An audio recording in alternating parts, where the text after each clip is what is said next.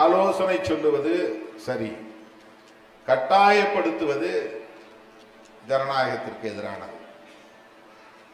ஆக ஜனநாயகம் என்பது பெற்றோருக்கும் பிள்ளைகளுக்கும் இடையிலும் இருக்கிறது, கணவன் மனைவிக்கு இடையிலும் இருக்கிறது. ஒரே வீட்டில் கணவன் நான் வெஜிடேரியனா இருப்பாரு, மனைவி வெஜிடேரியனா இருப்பாங்க. இல்ல நான் கறி மீனெல்லாம் சாப்பிட்றேன், கணவன் நான் வெஜிடேரியன் சாப்பிட்டு தான் ஆகணும், அதை சமைச்சு கொடுக்கணும் என்று கட்டாயப்படுத்துகிற போது அவர்களுடைய சுதந்திரம் பறிக்கப்படுகிறது. எங்கே சுதந்திரம் பறிக்கப்படுகிறதோ அங்கே ஜனநாயகம் இல்லை என்றுதான் பொருள். அவரவர் விருப்பப்படி உணவை தேர்வு செய்ய சுதந்திரம் உண்டு. அந்த சுதந்திரத்தை அவரவர் அனுமதிப்பது ஜனநாயகம்.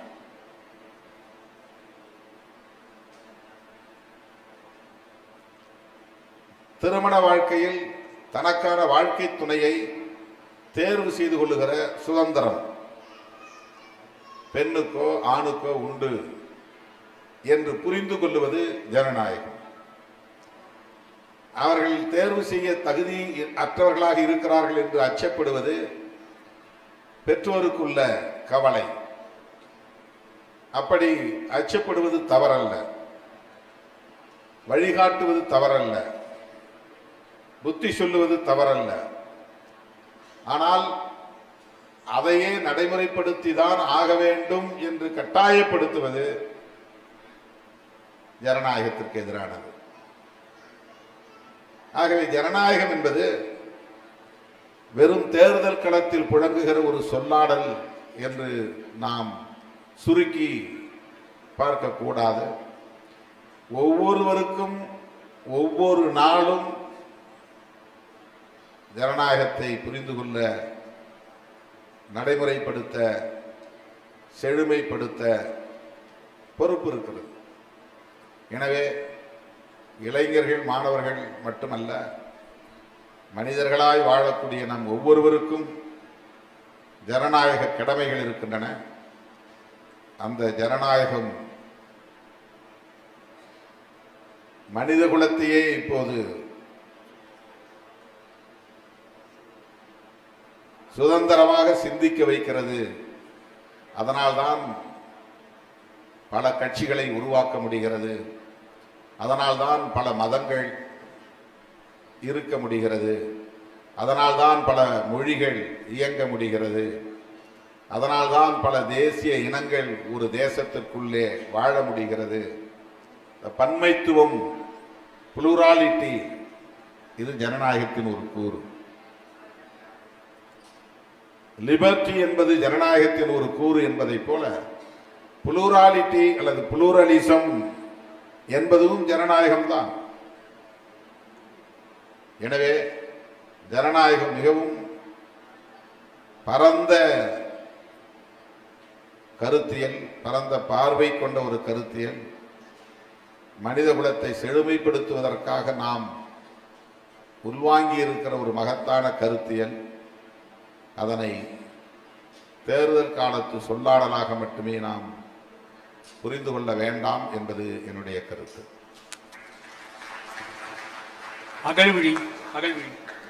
வணக்கம் ஐயா. நீங்கள் 25 ஆண்டுகள் தேர்தல் அரசியல் பங்கேற்பில் உள்ளீர்கள். கடந்த தேர்தல்களுக்கும் 2026 தேர்தலுக்கும் இடையே உள்ள வேறுபாடாக நீங்கள் கருதுவன யாவை? தேர்தல் எப்போதும் போல்தான் நடந்திருக்கிறது. தேர்தல் முடிவுகளில் தான் மாற்றங்கள் நிகழ்ந்திருக்கின்றன.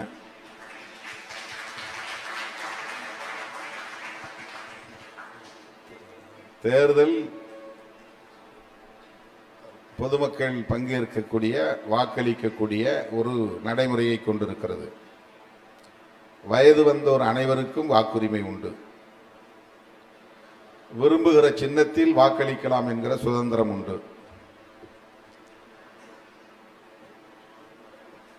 மின் வாக்கு, அதாவது எலக்ட்ரானிக் ஓட்டிங் மிஷின், மின்னணு வாக்கு பதிவு எந்திரம், அது எல்லா தேர்தல்களிலும் அண்மை காலமாக நடைமுறைப்படுத்தப்பட்டு வருகிறது. அதே போல அதனை எண்ணி முடிவுகளை அறிவிக்கிற நடைமுறை வழக்கம் போல நடந்திருக்கிறது. ஆகவே 2021 தேர்தலாக இருந்தாலும் 2024 நாடாளுமன்ற தேர்தலாக இருந்தாலும் 2026 நடைபெற்ற தேர்தலாக இருந்தாலும் the system of electoral process என்பது ஒன்றுதான். ஆனால் தேர்தல் முடிவுகள் வழக்கமாக எதிரும் புதிருமாக களம் காணுகிற இருதுருவ அரசியல்தான். இது அல்லது அது, ஒற்றையா இரட்டையா என்பதைப் போல இந்த அணி ஆட்சி அமைக்குமா அல்லது அந்த அணி ஆட்சி அமைக்குமா, இந்த கட்சி ஆட்சி அமைக்குமா அல்லது அந்த கட்சி ஆட்சி அமைக்குமா என்று கடந்த காலங்களில் தேர்தல் நடந்திருக்கிறது. இந்த முறை இந்த இரண்டு அணிகளுக்கும் மாற்றாக புதிய ஒரு கட்சி பெரும்பான்மையான இடங்களில் வென்று சில தோழமை கட்சிகளின் ஆதரவோடு ஆட்சிக்கு வந்திருக்கிறது. நான் சற்று முன் பேசியதைப் போல ஜென்சி தலைமுறையினர், புதிய இளைய தலைமுறையினர்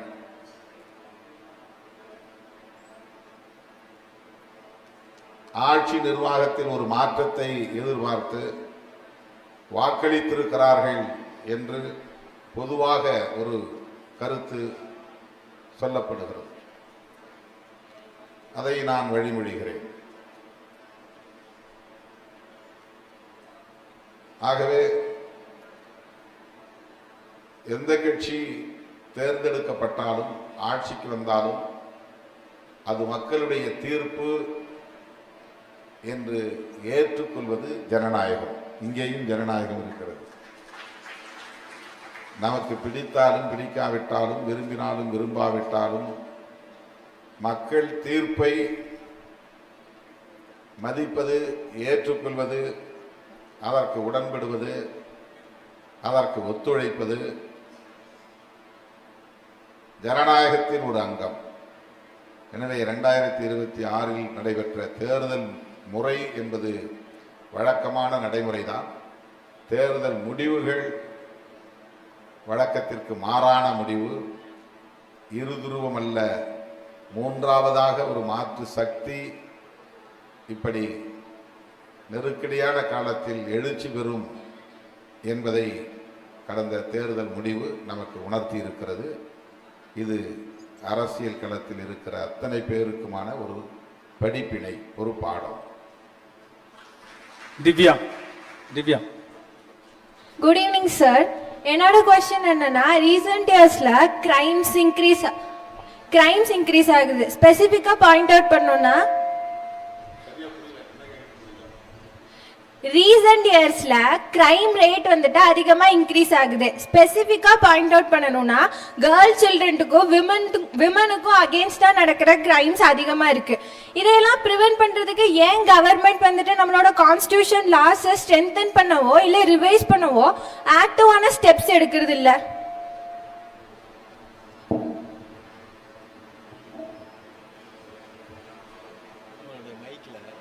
கான்ஸ்டிடியூஷன் லாஸ்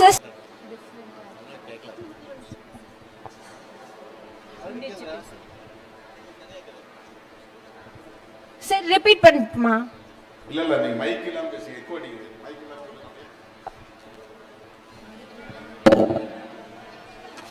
அப்படியே சொல்லுங்க. சார் ரீசெண்ட் இயர்ஸ்ல கிரைம் ரேட் அதிகமா இன்க்ரீஸ் ஆகுது. முன்னாடி வந்து பேசுங்க. முன்னாடி இல்ல மைக் தள்ளி வச்சு பேசுங்க. தள்ளி வச்சு பேசுங்க.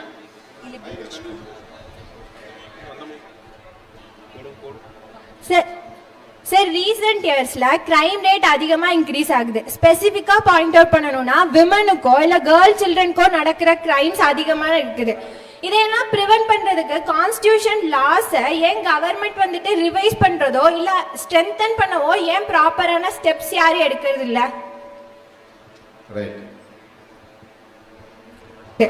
இதெல்லாம் குற்றங்கள் நாளுக்கு நாள் அதிகரிக்கிறது. அதை தடுப்பதற்கு வலுவான சட்ட நடைமுறைகள் ஏன் இல்லை, அரசமைப்பு சட்டம் அதற்கு ஏன் இடம் தரவில்லை என்று ஒரு கேள்வியை அவர் எழுப்பியிருக்கிறார். அரசமைப்பு சட்டம் அதற்கான எல்லா ஏற்பாடுகளையும் செய்திருக்கிறது, அதற்கான ப்ரொவிஷன்ஸ் இருக்கிறது. அதன் அடிப்படையில் பெண்களுக்கு எதிரான குற்றங்களை தடுப்பதற்கு ஏற்கனவே பல சட்டங்கள் இயற்றப்பட்டுள்ளன, நடைமுறையிலும் உள்ளன. விமன் ஹராஸ்மெண்ட் அதை தடுப்பதற்கு சட்டம் இருக்கிறது. டொமஸ்டிக் வயலன்ஸ், குடும்பத்தில் நடக்கிற வன்முறைகளை தடுப்பதற்கு சட்டம் இருக்கிறது. இளம் சிறுமிகள், வயது வராத சிறுமிகளுக்கு எதிரான பாலியல் வன்கொடுமைகளை தடுப்பதற்கு போக்சோ என்ற ஒரு சட்டம் வந்திருக்கிறது.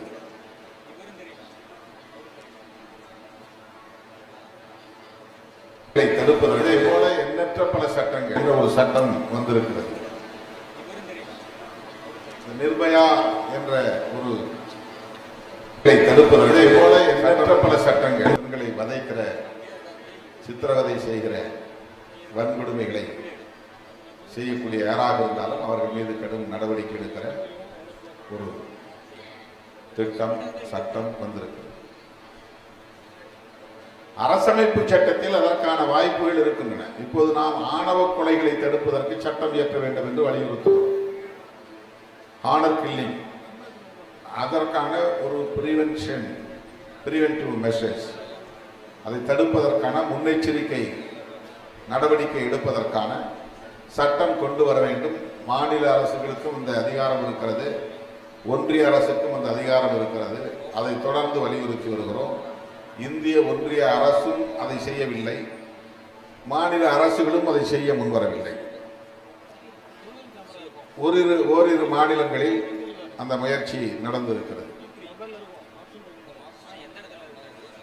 ஆகவே சட்டங்களை வலுவாக்குவதற்கு, மேலும் மேலும் வலிமைப்படுத்துவதற்கு அரசமைப்பு சட்டத்தில் இடம் இருக்கிறது. அரசமைப்பு சட்டத்தில் எந்த குளறுபடியும் இல்லை, குறைபாடும் இல்லை. அதனை திருத்த வேண்டும் என்பதற்கான தேவையில்லை.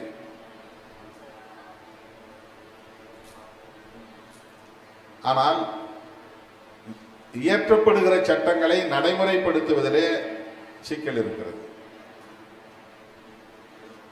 இம்ப்ளிமெண்டிங் அத்தாரிட்டிஸ், காவல்துறை, வருவாய்த்துறை, சிறைத்துறை, நீதித்துறை, இவங்க எல்லாம் ஒன்று சேர்ந்தாதான் ஒரு சட்டத்தை முறையாக நடைமுறைப்படுத்த முடியும். ஒரு சட்டத்தை நடைமுறைப்படுத்துவதில் ஒரு துறைக்கு மட்டும் பொறுப்பில்லை. காவல்துறையும் அதிலே ஈடுபாடு கொள்ள வேண்டிய தேவை இருக்கிறது. வருவாய்த்துறைக்கும் அதில் பொறுப்பு இருக்கிறது. நீதித்துறைக்கும் அதில் கடமை இருக்கிறது. சிறைத்துறைக்கும் கடமை இருக்கிறது.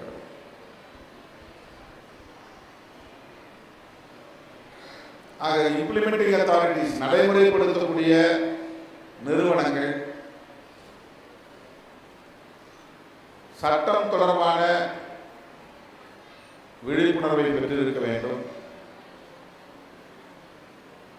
அதனை கட்டாயம் நடைமுறைப்படுத்த வேண்டும் என்பதில் உறுதிப்பாடு கொண்டவர்களை பெற்றிருக்க வேண்டும். அங்கே இருக்கிற குளறுபடிகள் தான், குறைபாடுகள் தான், சட்டத்தை நடைமுறைப்படுத்துவதிலே இருக்கிற சிக்கல் தான் குற்றங்கள் நாளுக்கு நாள் பெருகி வருவதற்கு காரணமாக இருக்கிறது. இது ஒரு ஆங்கிள், ஒரு கோணம். சட்டம் இயக்குவது, சட்டத்தை முறையாக நடைமுறைப்படுத்துவது. ஆனால் குற்றங்கள் பெருகாமல் தடுப்பதற்கு குற்ற செயல்களில் ஈடுபடுவோர் எண்ணிக்கை குறைய வேண்டும். அவர்களை குற்றம் செய்வதற்கு கூடாது என்கிற மனநிலைக்கு கொண்டு வர வேண்டும். பாலியல் வன்கொடுமைகளில் ஈடுபடாமல் இருக்க சமூக உளவியல் முக்கியமானது. அதுதான் ரொம்ப முக்கியம். அந்த மாதிரியான உணர்வுகள், ஒரு ப்ரொவோகேஷன் எதன் மூலம் நிகழ்கிறது? சோசியல் மீடியா எந்த அளவுக்கு ப்ரொவோகேட்டிவாக இருக்கிறது பாலியல் குற்றங்களை செய்வதற்கு. இப்போ அந்த சோசியல் மீடியாவை எப்படி கண்ட்ரோல் பண்ணணும், அது முக்கியமானது. பள்ளி பருவத்திலிருந்தே மாணவ செல்வங்களுக்கு பாலினம் தொடர்பான விழிப்புணர்வை கற்றுத் தருவது, அதில் இருக்கிற சிக்கல்களுக்கு, குற்றங்கள் நடப்பதற்கான காரணங்களுக்கு விடை தேடும் வகையிலான கல்வி, எஜுகேஷன், சோசியல் எஜுகேஷன் என்பது முக்கியமானது. பிற மாநிலங்களில் அல்லது நாடுகளில், பிற நாடுகளில் அது தொடர்பான எஜுகேஷன் என்பது செய்யப்படுகிறது, தரப்படுகிறது, அதற்கான பாடத்திட்டம் வரையறுக்கப்படுகிறது. ஆகவே மக்களிடையே குற்றங்களை செய்ய விடாமல் தடுக்கிற அளவுக்கான விழிப்புணர்வை ஏற்படுத்த வேண்டியது ஒரு அவேர்னஸ். எப்படி லா மேக்கிங் அல்லது லா இம்ப்ளிமெண்டிங் என்பது முக்கியமானதோ, அதே போல மக்களிடையே பெண்களுக்கு எதிரான பாலியல் வன்கொடுமைகளை செய்கிற அந்த உளவியலை மாற்றக்கூடிய கல்வி தேவைப்படுகிறது. அது எப்படி வேணாலும் இருக்கலாம், எஜுகேட்டிவ் ப்ராசஸ் என்பது எப்படி வேணாலும் இருக்கலாம், ஆனால் ஒரு அவேர்னஸ் என்பது அவசியமானது. இந்த புரிதல் ஆண்களுக்கும் வேண்டும், பெண்களுக்கும் வேண்டும், இருபாலினத்தினருக்கும் வேண்டும். குற்றங்களை தடுப்பதில் நமக்கும் பங்கு இருக்கிறது, அரசுக்கு மட்டுமில்லை. குற்றங்களை தடுப்பதில் ஆட்சியாளர்களுக்கு மட்டும் பொறுப்பு இருக்கிறது என்று இல்லை, நமக்கும் பொறுப்பு இருக்கிறது. குற்றங்களை தடுப்பதற்கு சட்டம் மட்டும் போதுமானது இல்லை, சமூக உளவியலும் தேவைப்படுகிறது.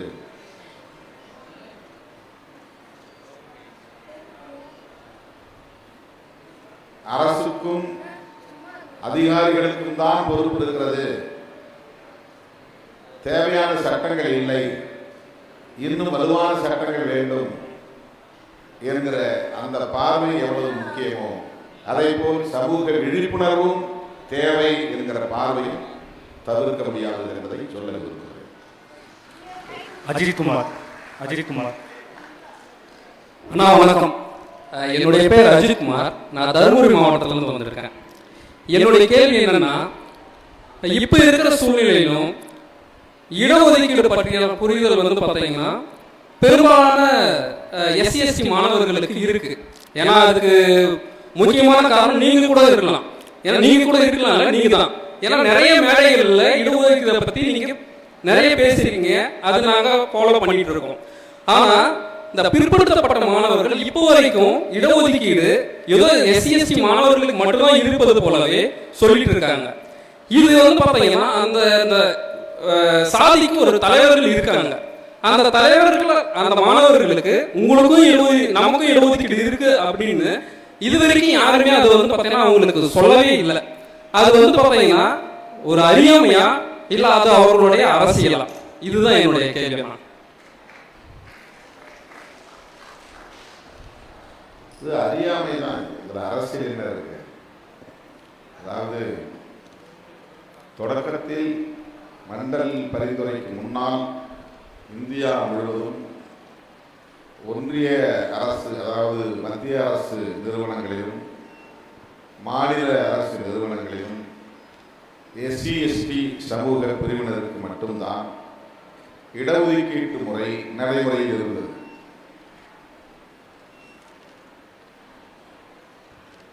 மண்டல் கமிஷன் பரிந்துரைக்கு பிறகு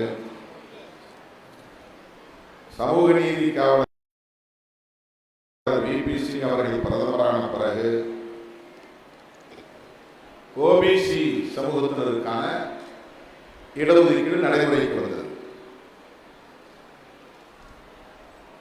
தொடக்க காலத்தில் பட்டியல் சமூகத்தினர் பழங்குடியினர் மட்டும் இடஒதுக்கீடு பெற்று வந்ததனால் அவர்களை கோட்டா சமூக பிரிவினர் கோட்டாவில் படிக்க வந்திருக்கிறான், கோட்டாவில் வேலைவாய்ப்புக்கு வந்திருக்கிறான் என்று அவர்கள் மீது ஒரு வெறுப்பை உமிழ்கிற நிலை சமூகத்தில் இருக்கத்தான் செய்தது. அதன் தாக்கம் இன்னும் தொடர்கிறது. மண்டல் பரிந்துரை நடைமுறைக்கு வந்த பின்னரும் கூட ஓபிசி சமூகம், அதாவது பிசி, எம்பிசி, மைனாரிட்டிஸ், டிசேபிள்டு இவர்களுக்கெல்லாம் இடஒதுக்கீடு நடைமுறைக்கு வந்த பிறகு கூட பட்டியல் சமூகத்தினரையும் பழங்குடியினரையும் விமர்சிக்கிற அந்த பார்வை தொடர்கிறது. கொஞ்ச காலத்தில் அது காணாமல் போயிருக்கிறது. ஆகவே இதற்காகவெல்லாம் நாம் பெரிதாக அலட்டிக் கொள்ள தேவையில்லை, அந்த விமர்சனங்களை பொருட்படுத்த தேவையில்லை. அப்படி பேசுவதையே யாரோ திட்டமிட்டு அரசியல் செய்கிறார்கள் என்றெல்லாம் அதீதமான கற்பனைக்கு செல்ல தேவையில்லை.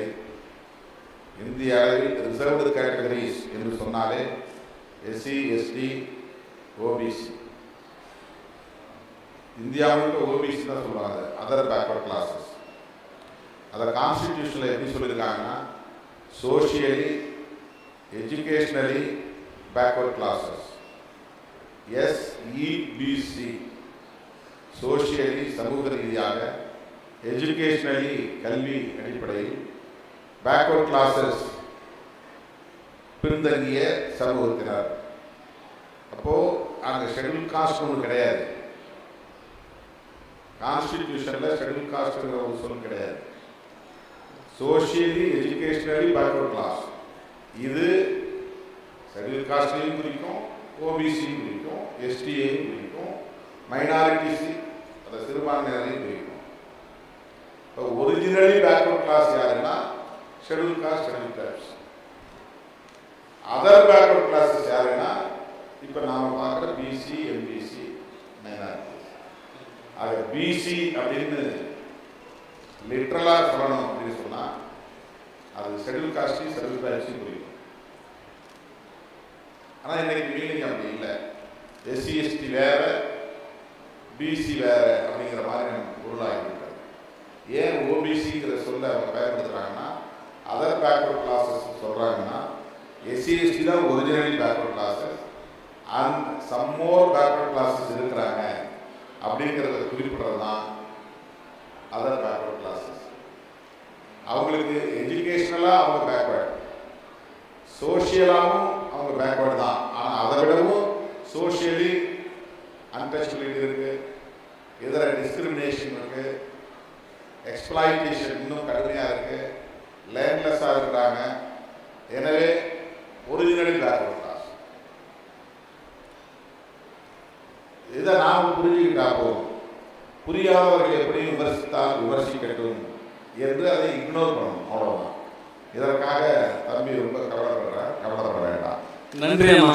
ஆனால் இன்னொரு வேண்டுகோள், நாங்கள் இந்த இதில் கலந்துக்கணும், உங்களை பார்க்கணுன்றதுக்காக தருமபுரியிலேருந்து ஒரு 60 மாணவர்கள் வந்திருக்கோம், 2 அமைப்பு சேர்ந்து.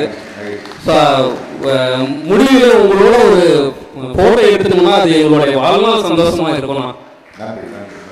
நன்றிண்ணா. ரூபிகா.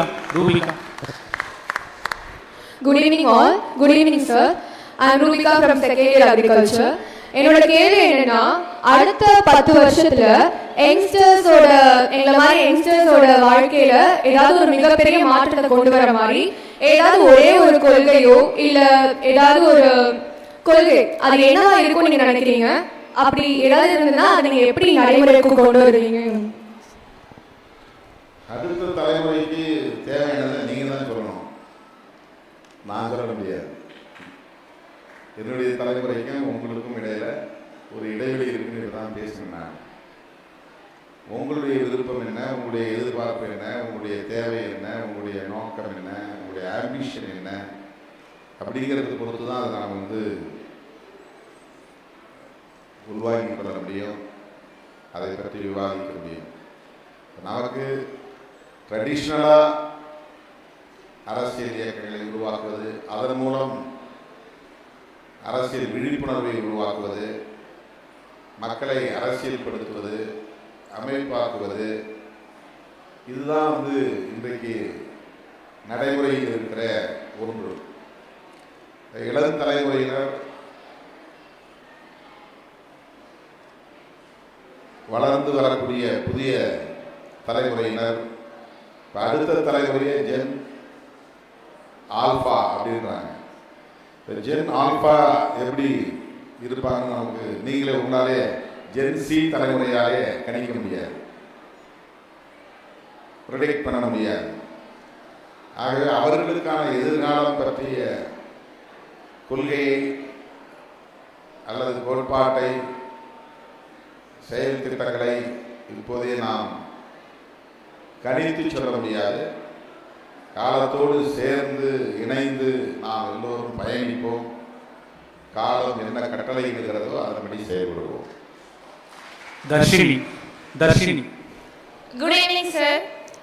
சார், இப்போ நடக்கிற எலெக்ஷன்ஸ்ல ஒரு மக்கள் ஒரு பொலிட்டிக்கல் பார்ட்டியோட பாலிசிஸோ இல்ல அவங்களோட கவர்னிங் எபிலிட்டிஸோ பார்க்காம அந்த பார்ட்டியோட லீடரோட பாப்புலாரிட்டி வச்சு மட்டும் ஓட் பண்றது டெமோக்ரஸிக்கு நல்லதா?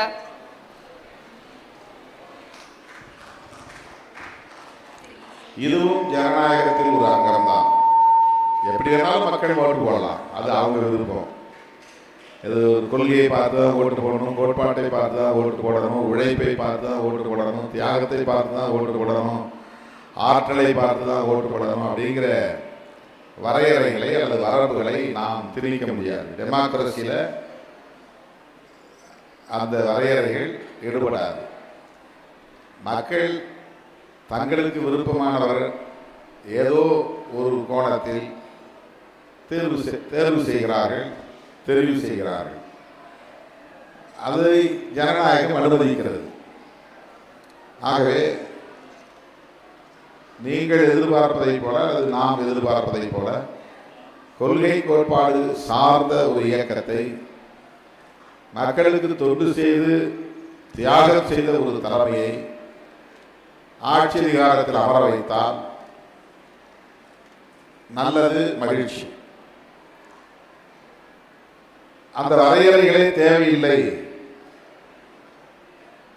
புதிதாக ஒருவர் ஆட்சி நிர்வாகத்திற்கு வந்தால் நாம் எதிர்பார்க்கக்கூடிய அனைத்தையும் செய்வார் என்கிற நம்பிக்கை மக்களுக்கு இருந்தால் அதை நாம் விமர்சிக்க முடியாது. அதை ஏற்றுக்கொள்வது ஜனநாயகத்தின் ஒரு அங்கம், ஜனநாயக கடமை. இப்படித்தான் இதை நாம் புரிந்து கொள்ள வேண்டும். மலர்விழியன்.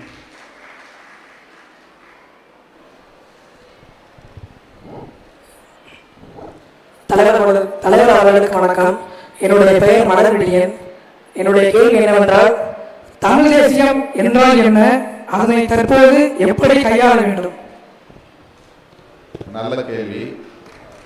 இப்போ நாங்கள் சூடு பறக்க பேசி கொண்டிருக்கிற ஒரு கருத்தியல் வருகிற ஆகஸ்ட் 17 தமிழ் தேசிய எழுச்சி மாநாடு ஒன்றை எனது தலைமையில் நடத்த இருக்கிறோம்.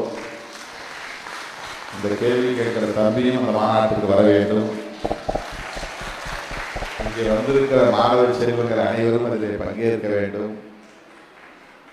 தமிழ் தேசியம் என்பதை தமிழ் மொழி உணர்வு, தமிழ் இன உணர்வு என்கிற வரையறைக்குள் மட்டுமே சுருக்கி பார்க்க கூடாது. மொழி உணர்வும் இன உணர்வும் ஒவ்வொரு தேசிய இனத்திற்கும் உண்டு, அது தவிர்க்க முடியாதது. ஆனால் அதனை தாண்டி தேசியவாதம் உள்ளது. முதலில் தேசியவாதம் என்பதை நாம் விளங்கிக் கொள்ள வேண்டும். தேசம் என்பதில் இருந்துதான் தேசியம் என்கிற சொல்லும் வருகிறது. தேசம் என்றால் இந்தியா தான் இன்றைக்கு அரசமைப்பு சட்டத்தின்படி ஒரு தேசம். தமிழ்நாடு என்பது அந்த தேசத்தில் ஒரு மாநிலம். கேரளா என்பது அந்த தேசத்தில் ஒரு ப்ராவின்ஸ், ஒரு ஸ்டேட், ஒரு மாநிலம். வெள்ளைக்காரர்கள் இந்த நாட்டை ஆண்ட காலத்தில் அவன் பரவலாக பல பகுதிகளை இணைத்து பிரசிடென்சி என்கிற பெயரில் Madras presidency, Calcutta presidency, Bombay presidency, central province, இப்படி நிலப்பரப்பை அவன் பகுத்து கொண்டான். ஆட்சி நிர்வாகத்தையும் அமைத்துக் கொண்டான். அப்போது பல மொழி பேசக்கூடியவர்கள் ஒரு மாகாணத்திற்குள், ஒரு பிரசிடென்சிக்குள் இருந்தார்கள். பல மதங்களை சார்ந்தவர்கள் இருந்தார்கள். ஆனால் வெள்ளையர்கள் வெளியேறிய பிறகு 1956 நவம்பர் 1ஆம் தேதி தமிழ்நாடு ஒரு தனி மாநிலமாக மொழி அடிப்படையில் பிரிந்தது. அதே போல ஆந்திராவும் மொழி அடிப்படையில் பிரிந்தது. கேரளாவும் மொழி அடிப்படையில் பிரிந்தது. கர்நாடகாவும் மொழி அடிப்படையில் பிரிந்தது. இப்படி மாநிலங்கள் மொழி அடிப்படையில் பிரிக்கப்பட்டன. மொழி அடிப்படையில் மாநிலங்கள் பிரிந்த பிறகு மொழி உணர்வும் இன உணர்வும் தலை தூக்குவது தவிர்க்க முடியாதது.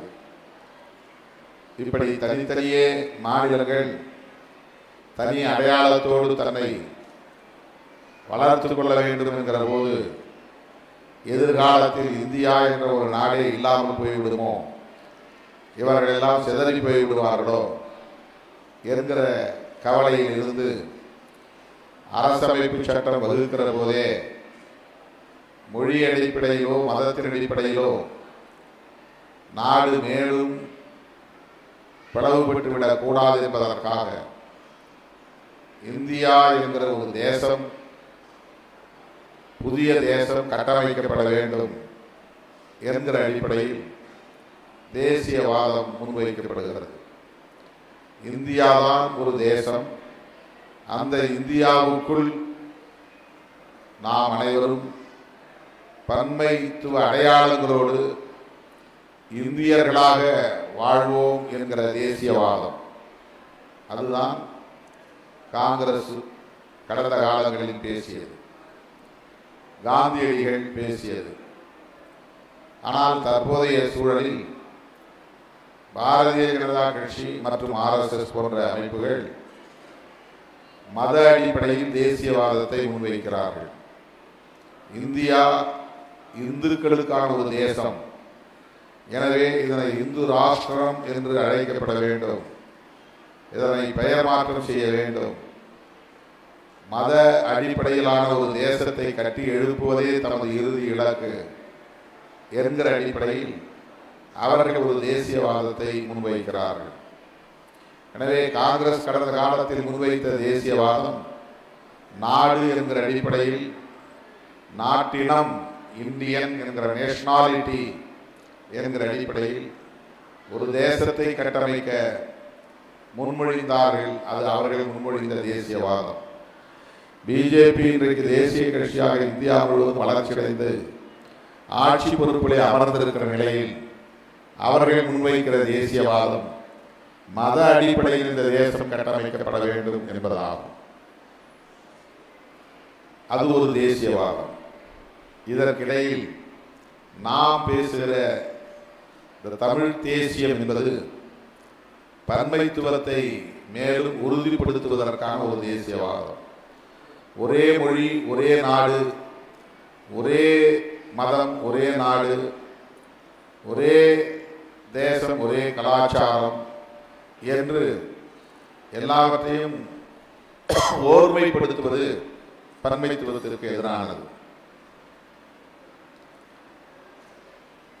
அப்படி இல்லாமல் நான் தமிழனாகவே இருப்பேன், ஆனால் இந்தியா எனது நாடு என்கிற உணர்வோடு இருப்பேன் நான் பேசுகிற தாய்மொழி தமிழ் மொழி. இதற்கு பல ஆயிரம் ஆண்டு கால பாரம்பரியம் உண்டு. இந்த மொழி நீண்ட நெடிய வரலாறு கொண்ட மொழி.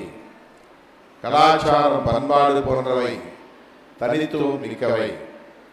எனவே இந்த மொழி இலக்கண வளம் நிறைந்த மொழி, இலக்கிய வளம் வாய்ந்த மொழி.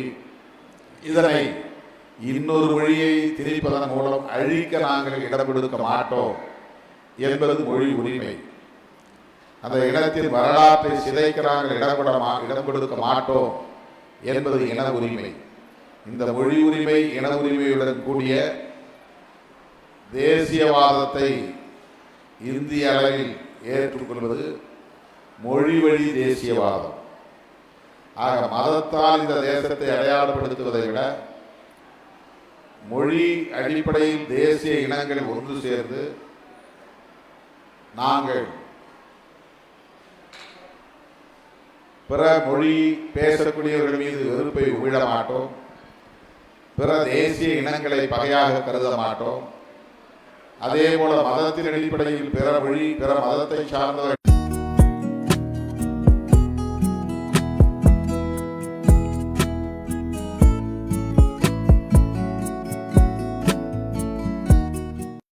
ஒரு தேசியவாதத்தை நாம் முன்மொழிகிறோம். எனவே தமிழ் தேசியம் என்பது வெறுப்பை உமிழாத ஒரு தேசியம். தமிழ் தேசியம் என்பது எந்த மொழியையும் இழிவுபடுத்தாத ஒரு தேசியம். தமிழ் தேசியம் என்பது பிற மொழி வழி தேசியங்களை மதிக்கிற தேசியம். தமிழ் தேசியம் என்பது பன்மைத்துவம் வேண்டும் மொழி அடிப்படையிலும் கேரள மக்கள் மலையாள தேசிய இனமாகவும், கர்நாடக மக்கள் கன்னட தேசிய இனமாகவும், ஆந்திரா தெலுங்கானா மக்கள் தெலுங்கு தேசிய இனமாகவும், பீகார், மத்திய பிரதேஷ், ராஜஸ்தான் போன்ற மாநிலங்களில் வசிக்கக்கூடியவர்கள் இந்தி தேசிய இனமாகவும், மகாராஷ்டிர மக்கள் மராத்தி தேசிய இனமாகவும், மேற்கு வங்க மக்கள் பெங்காலி தேசிய இனமாகவும் அந்த தேசிய இன அடையாளங்களோடு வாழ வேண்டும். தேசிய இனங்களுக்கான ஒரு பொது ஆட்சியாக, கூட்டு ஆட்சியாக டெல்லியில் இருக்கிற ஆட்சி அமைய வேண்டும் என்கிற பார்வையை கொண்டதுதான் நாம் முன்மொழிகிற தமிழ் தேசியம். எனவே இந்த தேசியம் ஐக்கியத்தை விரும்புகிற தேசியம், வெறுப்பை தவிர்க்கிற தேசியம். குழலி. குட் ஈவினிங் சார், மைசெல்ஃப் குழலி. என்னோட கொஸ்டின் என்னன்னா, இன்றைய காலகட்டத்தில் ஜனநாயகத்தை தீர்மானிக்கிறது நாடாளுமன்றமா இல்ல இளைஞர்களோட மனநிலையா, நீங்க எதை கருதுறீங்க? இந்த நாடாளுமன்றம் ஒரு ஜனநாயக வடிவம். அது ஜனநாயகத்தை தீர்மானிக்கக்கூடியதல்ல, ஜனநாயகத்தால் உருவான வடிவமைப்பு, ஜனநாயகத்தை பாதுகாக்கிற ஒரு வடிவம், ஒரு இயக்கம். அது அதுக்கு பேரு நாடாளுமன்ற ஜனநாயகம் தான் நான் சொல்றோம். டெமோக்ரஸியே இந்தியாவில் இருக்கிற ஜனநாயகத்தை நம்ம பார்லிமெண்டரி டெமோக்ரஸின்னு சொல்றோம், நாடாளுமன்ற ஜனநாயகம் சொல்றோம். ஏன் அப்படி சொல்றோம்னா, நாடாளுமன்றத்தின் வழியாக இந்த ஜனநாயகத்தை நடைமுறைப்படுத்துவது. இப்போ நாடாளுமன்றத்தின் வழியாகனா என்ன? மக்களால் தேர்ந்தெடுக்கப்பட்டவர்கள் ஆட்சி நிர்வாகத்தின் வழியாக ஜனநாயகத்தை பாதுகாப்பது, ஜனநாயகத்தை வளர்த்தெடுப்பது, ஜனநாயகத்தை செழுமைப்படுத்துவது.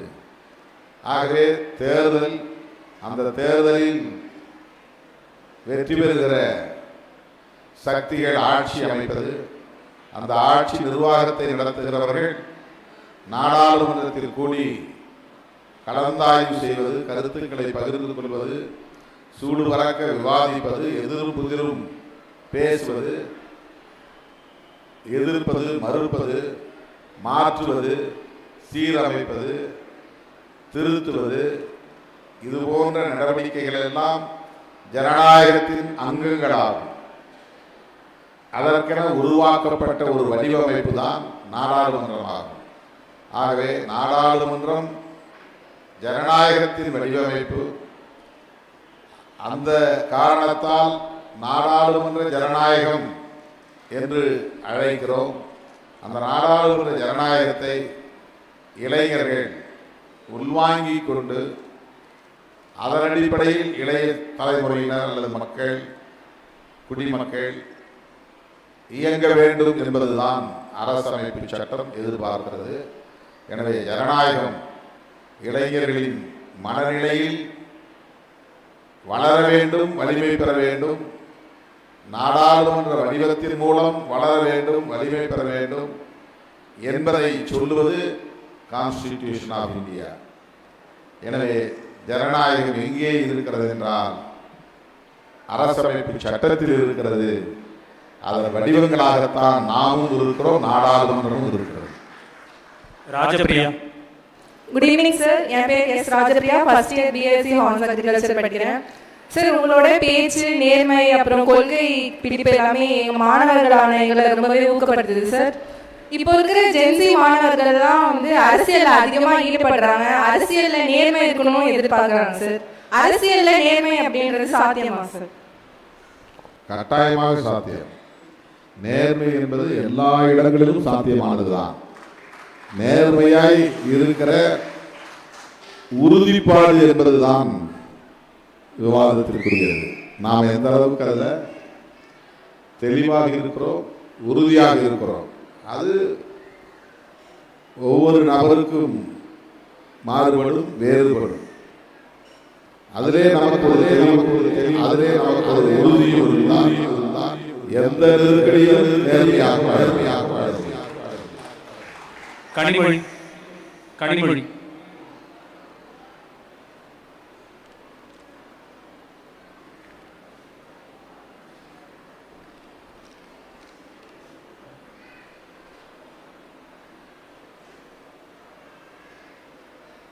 Good evening sir. என்னோட பேர் கனிமொழி. நான் ஃபர்ஸ்ட் இயர் பிஎஸ்சி ஹார்ஸ் ஃபுட் நியூட்ரிஷன் அண்ட் டயபெட்டிக்ஸ் படிக்கிறேன். என்னோட கொஸ்டின் என்னன்னா, ஸ்டூடெண்ட்ஸ்க்கு நம்ம அரசியல் அறிவை கற்பிக்கும் போது எந்த ஒரு கட்சியும் சேராம அரசியல் மற்றும் ஜனநாயக மதிப்பை வந்துட்டு அடிப்படையாக கொண்டு ஒரு நடுநிலைமையான ஒரு குடிமை பயிற்சியை எப்படி நம்ம வழங்கணும் அப்படின்ற உங்களோட பாயிண்ட் ஆஃப் வியூ எனக்கு வேணும் சார்.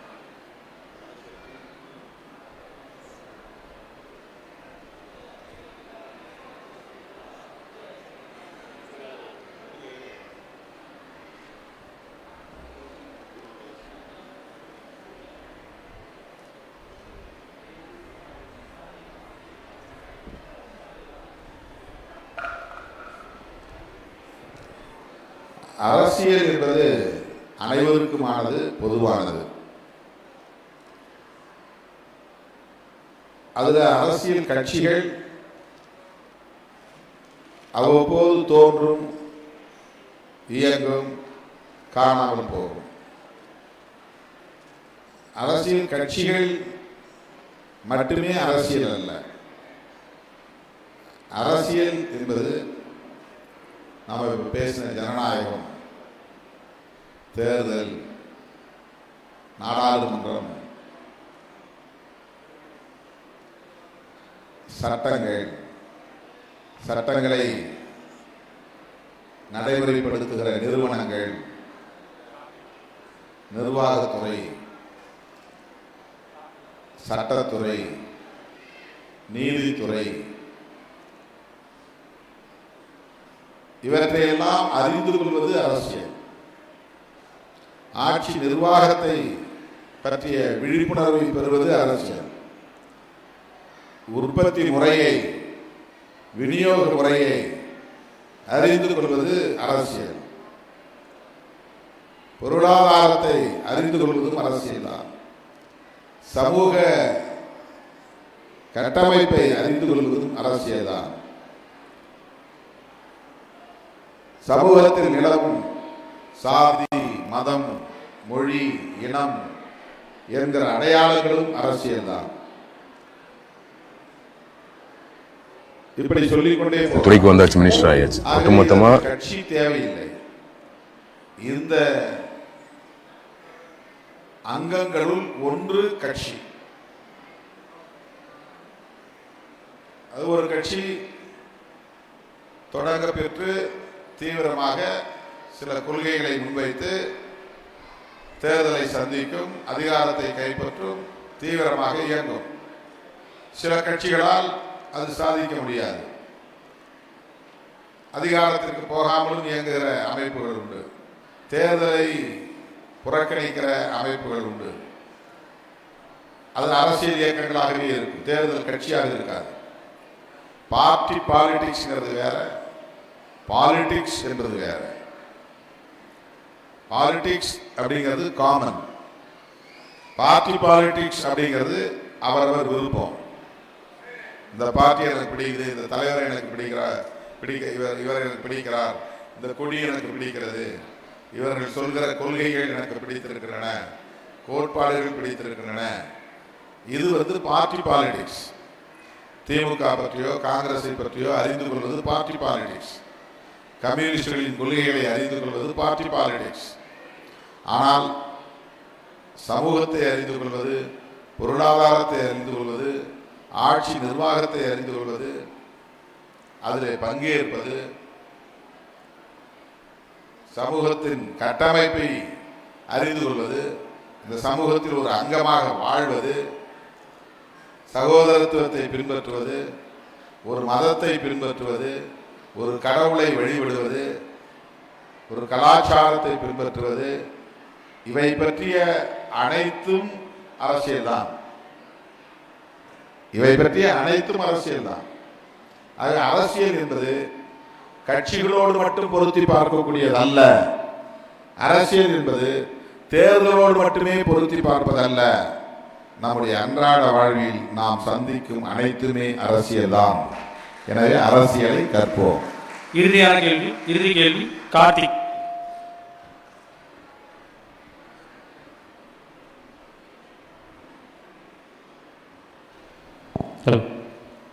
தருமபுரி மாவட்டம் சாகிப் சோ கார்த்திக் ஆகிய எமக்கு இந்த அரங்கிலே வாய்ப்பு வழங்கிய பேபேக் டு த சொசைட்டி அமைப்பினருக்கு நன்றிகளை தெரிவித்துக் கொண்டு தலைவர் அவர்களிடத்தில் நான் 2 கேள்விகளை முன்வைக்க விரும்புகிறேன். ஒன்று, அரசியலில் படித்த இளைஞர்களின் பங்களிப்பு குறைவாக இருப்பதற்கு காரணம் அரசியலை விரும்பாத இளைஞர்களா அல்லது அரசியல் கட்சிகளின் அணுகுமுறையா? இரண்டாவது கேள்வி, இந்த அரங்கம் மட்டுமல்ல, முதல் கேள்வி கொஞ்சம் மைக்கை தள்ளி ஒரு அரசியலில் படித்த இளைஞர்களின் பங்களிப்பு குறைவாக இருப்பதற்கு காரணம் அரசியலை விரும்பாத இளைஞர்களா அல்லது அரசியல் கட்சிகளின் அணுகுமுறையா? இரண்டாவது கேள்வி, நான் பெரிதும் மதிக்கக்கூடிய எமது தலைவர் எழுச்சி தமிழர் அவர்களுக்கு முதல்வர் வேட்பாளராக நாங்கள் வாக்களிக்கும் காலம் எப்போது கழியும்?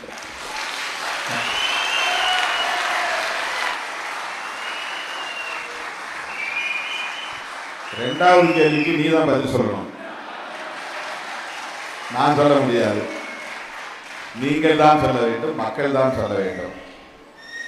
முதல் கேள்வி, படித்தவர்கள் அரசியலில் ஈடுபடுவது குறைவாக இருப்பதற்கு படித்த இளைஞர்களின் அணுகுமுறையா அல்லது அரசியல் கட்சிகளின் அணுகுமுறையா என்ற கேள்வியை நீங்கள் எழுப்பியது சரிதான்.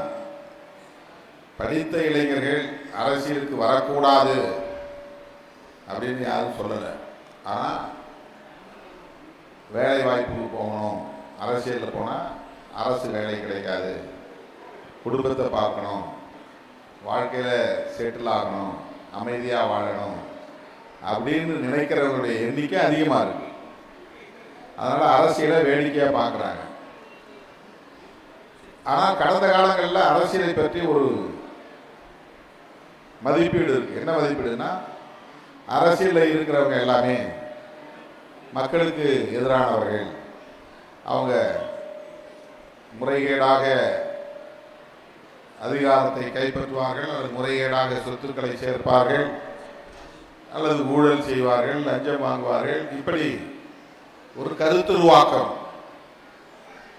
உலகம் முழுவதும் உள்ளது. அயோக்கியர்களின் கடைசி புகலிடம் தான் அரசியல் அப்படின்னு ஒரு ப்ராவர்பு இருக்கு. அரசியலை பற்றி அப்படி ஒரு மதிப்பீடு இருக்கிற காரணத்தினால் பல பேர் அரசியலுக்கு அடியெடுத்து வைக்க தயங்குகிறார்கள். ஆட்சி அதிகாரத்திற்கு போக வேண்டும், அதிகாரிகளாக வர வேண்டும், அரசு ஊழியர்களாக வர வேண்டும், அரசு பணிகளுக்கு வர வேண்டும் என்று விரும்புகிறவர்கள் அரசியலை அடியெடுத்து வைக்க தயங்குகிறார்கள். ஆகவே அரசியல் கட்சிகளின் அணுகுமுறையால் இவர்கள் விலகி நிற்கிறார்கள் என்றும் நாம் அறுதியிட்டு சொல்ல முடியாது. அல்லது அரசு வேலைவாய்ப்புக்காகத்தான் இவர்கள் விலகி நிற்கிறார்கள் என்றும் நாம் அழுத்தி சொல்ல முடியாது. இது ஒவ்வொரு தனிநபரின் விருப்பத்தை பொறுத்தது, விழிப்புணர்வை பொறுத்தது. தொண்டு செய்யும் தொண்டு உள்ளம் பெற்ற யாரும் அரசியலுக்கு வர முடியும். சர்வீஸ் மைண்ட் செட் என்பது முக்கியமானது. இப்போ அரசியலுக்கு வரக்கூடியவங்கள்ட்ட சர்வீஸ் மைண்ட் செட்டுங்கிறது ரொம்ப குறைவாக இருக்கு. பொது வாழ்க்கைக்கு போனால் தூங்குகிற நேரம் குறைக்கணும். பொது வாழ்க்கைக்கு போனால் குடும்பம், சொந்த பந்தம் அப்படிங்கிற எல்லைகளை தாண்டி எல்லோரையும் நேசிக்கணும், அந்த எண்ணம் இருக்கணும். ஆகவே இந்த தொண்டுள்ளம்ங்கிறது ரொம்ப முக்கியமானது. அந்த உணர்வு இருந்தால் அரசியலில் தீவிரமாக ஈடுபட முடியும், பொது வாழ்க்கையில் வெற்றிகரமாக இயங்க முடியும். படித்த இளைஞர்கள் பல பேர் அரசு பணிகளை முடித்த பிறகு அரசியலுக்கு வருகிறார்கள். நிறைய ஐஏஎஸ் அதிகாரிகள், ஐபிஎஸ் அதிகாரிகள் பல பேர் இப்போ ரிசைன் பண்ணிட்டு கூட வராங்க. தமிழ்நாட்டிலே இப்படி பல பேரை நம்ம பார்க்குறோம். இப்போ படித்தவர்கள் அரசியலுக்கு வருவது மகிழ்ச்சி அளிக்கிறது.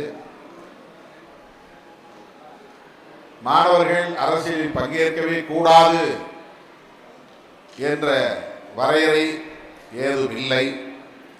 மாணவ பருவத்திலேயே அரசியலில் ஈடுபட முடியும், அரசியலை கற்றுக்கொள்ள முடியும், அரசியலை புரிந்து கொள்ள முடியும், அரசியலை புரிந்து கொள்ள வேண்டும், அவசியமானது. ஆனால் ஒரே ஒரு நிபந்தனை, தொண்டுள்ளம் என்பது முக்கியமானது. இதுதான் கண்டிஷன். மக்களுக்கு தொண்டு செய்வதற்காகத்தான் நான் பொது வாழ்க்கைக்கு வருகிறேன் அப்படிங்கிற புரிதலோடு படித்தவர்கள் பொது வாழ்க்கைக்கு வந்தால் அது நல்ல மாற்றத்தை கொடுக்கும், புரட்சிகரமான மாற்றத்தை உருவாக்கும். அனைவருக்கும் வணக்கம். தலைவருக்கு நன்றி. அப்புறம் இரண்டாவதாக நான் கேட்ட கேள்விக்கு தலைவர் அவர்கள் சொல்லியிருக்காரு, அதுக்கு பதில் நீங்கள் தான் சொல்லணும் என்று சொல்லி, தலைவருடைய ஒரே ஒரு வார்த்தை, எனது உயிரினும் உயிரான விடுதலை சிறுத்தைகளே என்கின்ற வார்த்தைக்கு மட்டும் அடிபணிந்து 350 கிலோமீட்டர் பயணம் செய்து 60 பேர் தருமபுரியிலேயே இருந்து வந்திருக்கின்றோம். அதன் தொடர்ச்சியாக நாங்கள் சொல்ல விரும்புவது என்னவென்றால், இந்த இளைஞர்கள் மட்டுமல்ல, தமிழ்நாடு மட்டுமல்ல, கேரளாவில் இல்லை, இந்தியாவில் இருக்கும் அதிகப்படியான மக்கள் உங்களுடைய தமிழக வேட்பாளராக அறிவிப்பதற்கு காத்து கொண்டு இருக்கிறோம் என்பதனை இந்த அரங்கிலே சொல்லிக்கொண்டு வாய்ப்பளித்த தலைமைக்கும் பேபேக் டு தி சொசைட்டி அவர்களுக்கும் நன்றி பாராட்டி விடைபெறுகிறேன். நன்றி, வணக்கம். நன்றி. என்ன வேட்பாளர் சொல்லுங்க? தமிழக வேட்பாளர் சொன்னீங்க, என்ன வேட்பாளர்? தமிழக முதல்வர் வேட்பாளர். அடுத்த 2031 இது சாத்தியமாகும் என்கின்ற கனவோடு இந்த மாணவர்கள் அனைவரும் வந்திருக்கிறோம் என்பதனை தெரிவித்துக் கொள்கிறோம். மாணவர்கள் நாடாளுமன்றத்திற்கு வேட்பாளர் உண்டு, சட்டமன்றத்திற்கு வேட்பாளர் உண்டு, முதலமைச்சருக்கு வேட்பாளர் என்கிற வரையறை இல்லை. அது மக்களுடைய நம்பிக்கையில் இருக்கிறது, மக்களுடைய ஆதரவில் இருக்கிறது. அந்த நம்பிக்கையை நாம் பெறுகிற போது தமிழ்நாட்டு மக்கள் நம்மை ஏற்பார்கள். உங்களுடைய ஆசை அதுவாகத்தான் இருக்கும். வாழ்த்துக்கள். நன்றி. நன்றி. கொஞ்சம் எல்லாரும் அப்படியே உட்காருங்க சார், ப்ளீஸ். எல்லாரும் மேலே வர வேணாம், மேடைக்கு வர வேணாம், தயவுசெய்து அமைதியா எல்லாம் உட்காருங்க. கொஞ்சம் பேர் அனுப்புறோம், போட்டோ எடுத்துக்கலாம். யாரும் மேலே வந்துடாதீங்க ப்ளீஸ். மதுரையைச் சேர்ந்த முதல் தலைமுறை பட்டதாரி இளைஞர்கள் 10 நபர்கள், சமூகத்தில் விளிம்பு நிலையில் உள்ள மக்கள், சமூக மாற்றத்திற்கான பணி செய்து வருகிறார்கள். அவர்கள் தற்பொழுது நமது பாராளுமன்ற உறுப்பினர் அண்ணன் தொல் திருமாவளவன் அவர்களிடம் இந்திய அரசியலமைப்பு முகப்புரை வழங்க உள்ளார்கள். தேங்க்யூ. நான் வேளாண் கல்லூரியை சார்ந்த நமது பேராசிரியர்கள் மற்றும் அலுவலக நண்பர்கள் மேலே வரும்படி அன்புடன் கேட்டுக்கொள்கிறேன். மற்றவர்கள் கீழே இருக்கவும் ஒவ்வொரு குரூப்பாக வந்து போட்டோ எடுத்துக்கலாம். யாரும் வந்து அடிதடியில் வந்துட்டு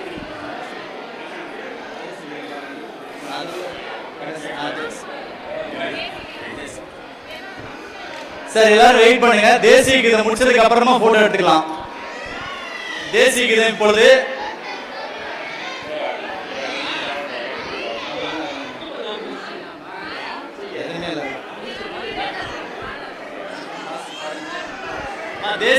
தேசிய கீதம் அனைவரும்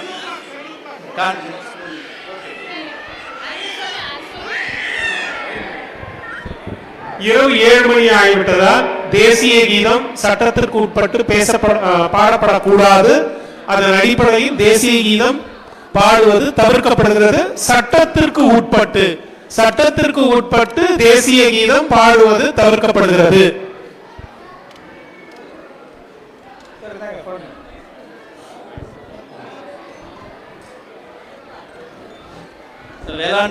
வேளாண் கல்லூரி பேராசிரியர்கள் மேடைக்கு வரும்படி அன்புடன் கேட்டுக்கொள்கிறேன். ஒவ்வொரு குரூப்பா எடுத்துக்கலாம். வேளாண்மை கல்லூரி பேராசிரியர்கள் மற்றும் நமது அலுவலக நண்பர்கள் மேடைக்கு வரும்படி அன்புடன் அழைக்கின்றோம். வேளாண் கல்லூரி பேராசிரியர்கள் மற்றும் அலுவலக நண்பர்கள் மேடைக்கு வரும்படி அன்புடன் அழைக்கிறோம்.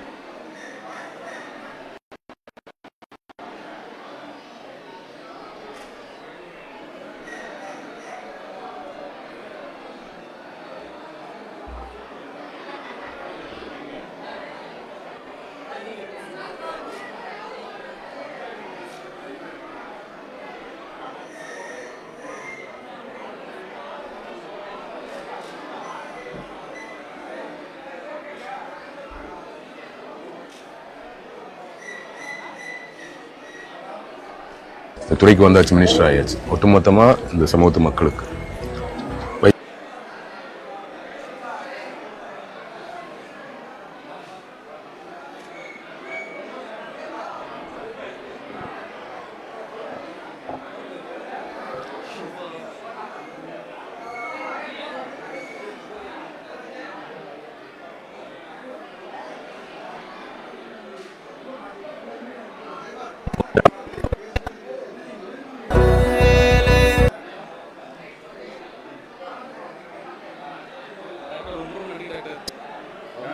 துறைக்கு வந்தாச்சு, மினிஸ்டர் ஆயாச்சு. ஒட்டுமொத்தமாக இந்த சமூகத்து மக்களுக்கு வைக்கிறதுக்கு கனவு திட்டங்கள் ஏதாவது இருக்குதா? இப்படி ஒரு விஷயத்த செய்யணுங்கிற மாதிரி. அந்த 5 ஆண்டுகளில் மனைப்பட்டா இல்லாத ஒரு சமூகம்.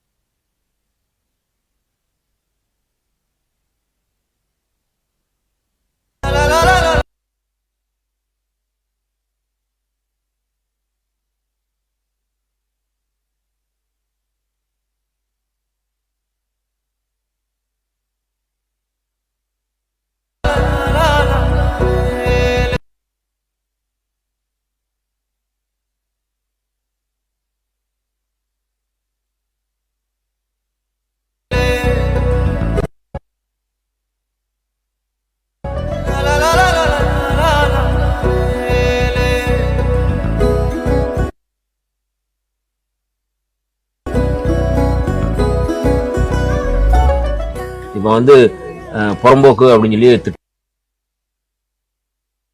திட்டுறாங்க. புறம்போக்குன்னா அவங்களுக்கான நிலம் இல்லை, நிலம் இல்லாதவர்கள் தான் புறம்போக்கும்பாங்க. போன புறம்போக்கு பயில அப்படின்னு சொல்றதும் அதனுடைய தொடர்ச்சி தான். அப்போ அவர்களை வந்து ஒரு நில உடைமையாளர்களாக மாற்றுறது மூலமா வந்து நம்ம வந்து அதை பண்ண முடியும்.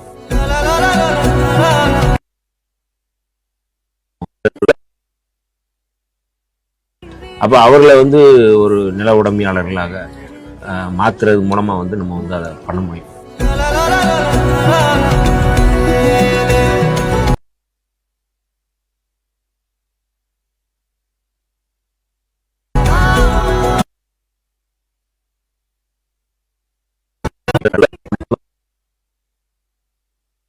புறம்போக்கும்பாங்க. போன புறம்போக்கு பயில அப்படின்னு சொல்றதும் அதனுடைய தொடர்ச்சி தான். அப்போ அவர்களை வந்து